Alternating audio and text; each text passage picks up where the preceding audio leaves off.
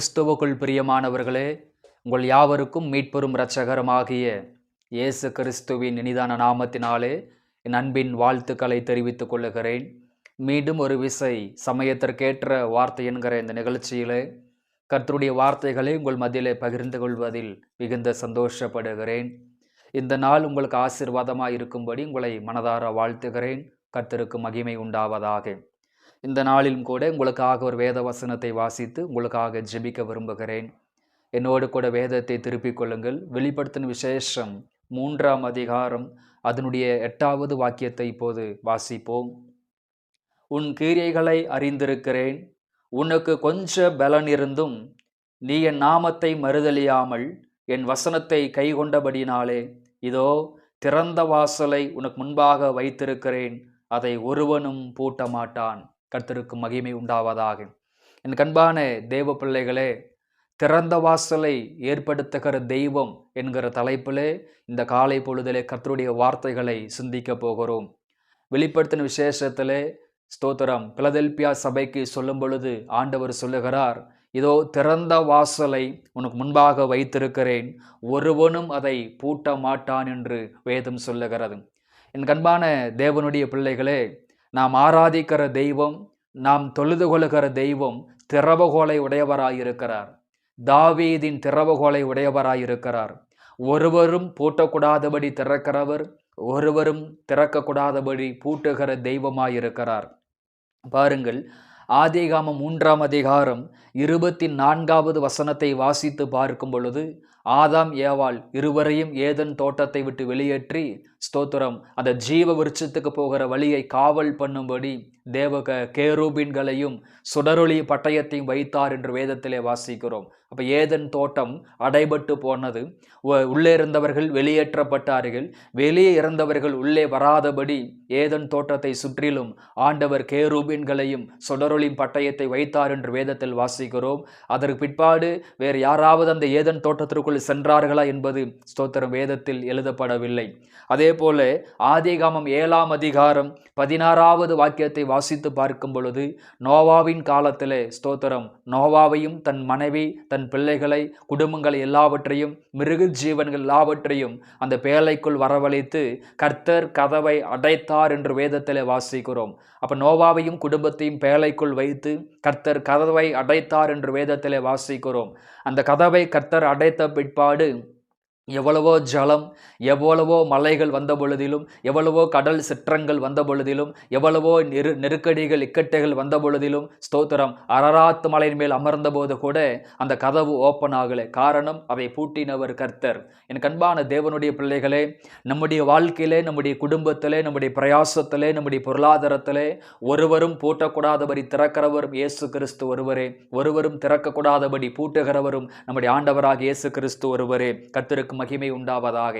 என் கண்பான தேவனுடைய பிள்ளைகளே, அருமையான பகல் வேளை உங்கள் வாழ்க்கையிலே, உங்கள் குடும்பத்திலே, உங்கள் பிரயாசத்திலே, உங்கள் பொருளாதாரத்திலே எல்லா வாசல்களும் அடைபட்டு போனதோ, எல்லா வாசல்களும் அடைபட்டு போனதோ, கடனை அடைப்பதற்காக நீங்கள் எடுத்த எல்லா முயற்சிகளும் அடைபட்டு போனதோ, திருமணத்திற்காக நீங்கள் எடுத்த எல்லா முயற்சிகளும் அடைபட்டு போனதோ, வீட்டை வாங்குவதற்காக நிலத்தை வாங்குவதற்காக நீங்கள் எடுத்த எல்லா முயற்சிகளும் அடைபட்டு போனதோ, வேலைக்காக நீங்கள் எடுத்த எல்லா முயற்சிகளும் அடைபட்டு போனதோ, கடைசி நம்பிக்கையும் அற்று போனதோ, இந்த மனிதன் எனக்கு உதவி செய்வான், இந்த மனிதன் எனக்கு சகாயம் செய்வான், இவர்கள் எனக்கு உதவி செய்வார்கள் என்று சொல்லி எதிர்பார்த்திருந்த கடைசி நம்பிக்கையும் அற்று போனதோ, இந்த லோன், இந்த காரியம் என் கைக்கு வரும், அப்பொழுது இந்த கடனை அடைத்து விடுவேன் என்று சொல்லி எதிர்பார்த்திருந்த கடைசி நம்பிக்கையும் அற்று போனதோ, பரிசுத்த ஆவியானவர் இந்த பகல் வேளை எங்களோடு கூட பேசுகிறார். ஒருவேளை எல்லா வாசல்களும் அடைபட்டு இருந்தாலும், கடைசி நம்பிக்கை அற்று போனாலும் ஸ்தோத்திரம் உங்களுக்கு திறந்த வாசலை ஏற்படுத்தும்படி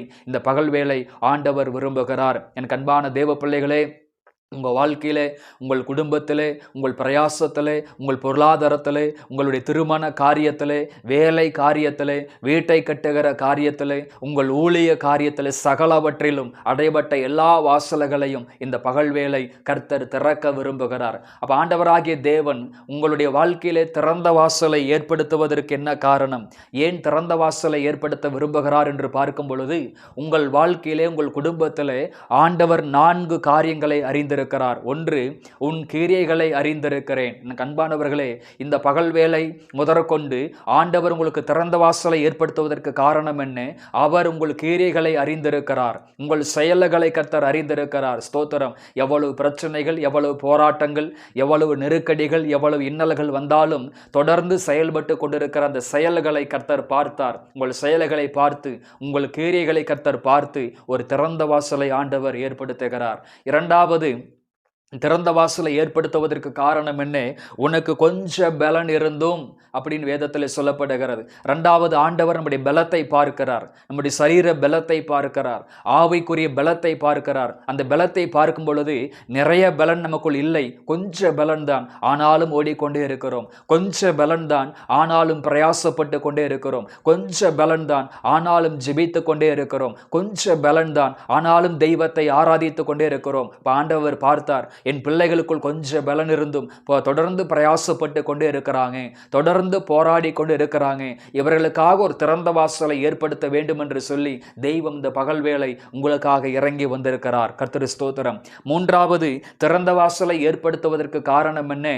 மறுதலியாமல் என் வசனத்தை கைக்கொண்டபடியால் அப்படின்னு சொல்லப்படுகிறது. மறுதலியாமல். அப்போ எத்தனையோ தடைகள் நம்முடைய வாழ்க்கையில வந்தது, எவ்வளவோ போராட்டங்கள் நம்முடைய வாழ்க்கையில வந்தது, ஆனா தெய்வத்தை மறுதலிக்கலை. ஆராதிக்கிறத நிறுத்தலை, ஜெபிக்கிறத நிறுத்தலை, விசுவாசிக்கிறத நிறுத்தலை, ஆலயத்திற்கு செல்வதை நிறுத்தலை, ஸ்தோத்திரம், கர்த்தருக்கு கொடுப்பதை நிறுத்தலை, ஊழியம் செய்வதை நிறுத்தலை, ஸ்தோத்திரம், கர்த்தரை குறித்து பேசுவதை நிறுத்தலை, ஆண்டவரை துதிப்பதை நம்ம நிறுத்தலை. அப்ப எவ்வளவோ பிரச்சனைகள், எவ்வளவோ போராட்டங்கள் வந்தது, எல்லா வாசல்களும் அடைபட்டு போனது, ஆனாலும் தெய்வத்தை நம்ம மறுதலிக்கலை, தெய்வத்தை மறுதலிக்கலை. அப்ப ஆண்டவர் பார்க்கிறார், இவ்வளவு பிரச்சனைகள், இவ்வளவு போராட்டங்கள் வந்த பொழுதிலும் என் பிள்ளைகளை நீ மறுதலிக்கவில்லையே. யோபு சொன்னார், கர்த்தர் கொடுத்தார், கர்த்தர் எடுத்தார், கர்த்தருடைய நாமத்திற்கு ஸ்தோத்திரம், என்னை கொன்று போட்டாலும் அவர் பேரிலே நான் நம்பிக்கையாய் இருப்பேன் என்று யோபு மறுதலியாமல் இருந்தது போல எத்தனையோ எதிர்மறையான சூழ்நிலையிலும் தெய்வத்தை நீங்கள் மறுதலிக்காமல் இருந்தபடியால், பின்வாங்கி போகாமல் இருந்தபடியால் இந்த பகல் வேளை பரிசுத்த ஆவியானவர் சொல்லுகிறார், உனக்கு ஒரு திறந்த வாசலை ஏற்படுத்த போகிறேன். நான்காவது, ஆண்டவர் நமக்கு திறந்த வாசலை ஏற்படுத்துவதற்கு காரணம் என்ன?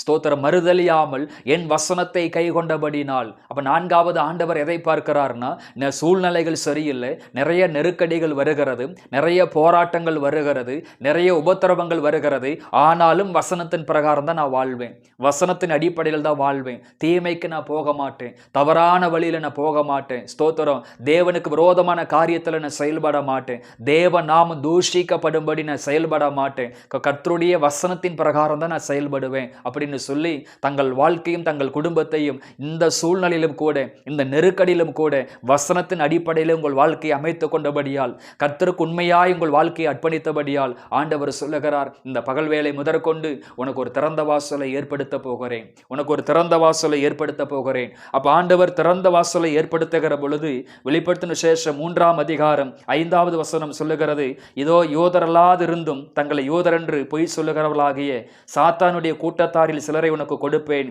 இதோ அவர்கள் உன் பாதங்களுக்கு முன்பதாக வந்து பணிந்து உன்மேல் அன்பாய் இருக்கிறதை அறிந்து கொள்ளும்படி செய்வேன். எனக்கு அன்பான தேவ பிள்ளைகளே, ஆண்டவர் உங்களுக்கு திறந்த வாசலை ஏற்படுத்துகிற பொழுது ஸ்தோத்திரம், சில கூட்டத்தார் வந்து உங்கள் பாதங்களிலே விழுவார்கள், உங்கள் பாதங்களிலே விழுந்து அவர்கள் பணிந்து கொள்வார்கள், ஸ்தோத்திரம், முழுமையாக உங்களிடத்தில் சரண்டர் ஆவார்கள், உங்களை தவறாக புரிந்து கொண்டவர்கள் உங்களை சரியாய் புரிந்து கொள்வார்கள். ஆண்டவர் உங்களுக்காக ஒரு திறந்த வாசலை ஏற்படுத்துகிற பொழுது ஸ்தோத்திரம், உங்களை விரோதித்த தூஷித்த கூட்டங்கள் எல்லாம் உங்களை தேடி வர ஆரம்பிக்கும். இரண்டாவது ஒரு வார்த்தை சொல்லுகிறது, வெளிப்படுத்தின விசேஷம் 3ஆம் அதிகாரம் 10 சொல்லுகிறது, ஸ்தோத்திரம், பூச்சக்கரத்தின் மேலெங்கும் வரப்போகிற சோதனை காலத்திற்கு தப்பும்படி நானும் உன்னை காப்பேன். அப்ப திறந்த வாசலை ஏற்படுத்த பொழுது சோதனை காலத்திற்கு தப்பும்படி, நெருக்கடிகளுக்கு தப்பும்படி, பலவீனங்களுக்கு தப்பும்படி நான் உன்னை காப்பேன் என்று ஆண்டவர் வாக்கு பண்ணுகிறார். என் அன்பான தேவ பிள்ளைகளே, சோர்ந்து போகாதீங்க, விசுவாசத்தோடு முன்னேறி செல்லுங்க.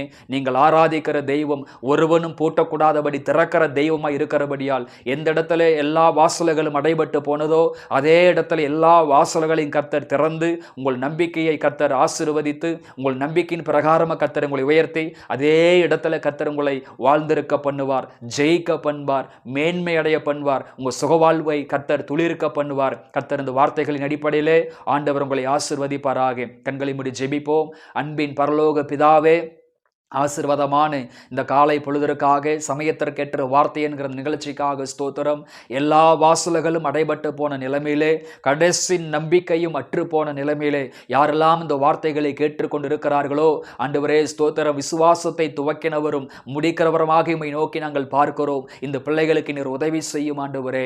இந்த பிள்ளைகளுக்கு ஒரு அற்புதத்தை செய்யும் ஆண்டவரே. அடைபட்ட வாசல்களை கர்த்தர் திறக்கும்படியாக ஜெபிக்கிற ஆண்டவரே. எல்லா எதிர்மறையான சூழ்நிலைகள் மாறட்டும். கடன்களை அடைப்பதற்கு ஒரு வாசலை திறந்தருளும். திருமண காரியங்களை கர்த்தாவே கைகூடி வரப்பண்ணும்படியாக ஜெபிக்கிறோம். வீட்டை கட்ட முடியாமல் தவிக்கிற பிள்ளைகளுக்கு கர்த்தர் சகாயம் செய்யும்படியாக ஜெபிக்கிறோம். நிலம் வாங்குவதற்கு கர்த்தர் உதவி செய்வீராக. வேலை ஸ்தலத்தில் அடைபட்ட வாசல்கள் திறக்கப்படட்டும். வியாபாரத்திலே, பொருளாதாரத்திலே, தொழில்களில் காணப்படுகிற எல்லா தடைகளை இயேசுவின் நாமத்திலே மாறட்டும் ஆண்டவரே. இந்த பிள்ளைகளை ஆசீர்வதிங்க. தடைகளை மாற்றி போடுங்க.